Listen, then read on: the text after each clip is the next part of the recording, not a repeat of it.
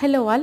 అష్టాదశ శక్తి పీఠాల్లో ఎంత ముఖ్యమైన కామాఖ్య అమ్మవారి వీడియోస్ అయితే పెడతా ఉన్నానండి. అస్సాం గౌహతిలో ఉంది కదా.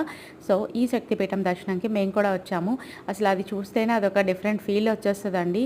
మనకి శివయ్య దక్షయజ్ఞం టైంలో అమ్మవారి మృతదేహాన్ని భుజంపై వేసుకుని తిరుగుతూ ఉంటాడు కదా. ఆ టైంలో అమ్మవారికి మనకి మానవ శక్తికి మూలమైన స్త్రీ యొక్క యోని భాగం అనమాట. అమ్మవారి యోని భాగం ఇక్కడ పడుతుందండి. ఇది చాలా రహస్యమైన ప్లేస్ అని చెప్తారు.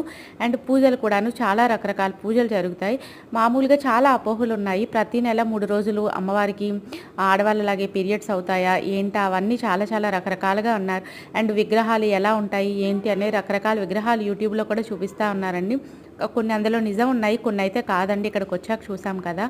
కాకపోతే టెంపుల్ మాత్రం చాలా అద్భుతంగా ఉండింది. ఫుల్ వీడియో షేర్ చేస్తాను.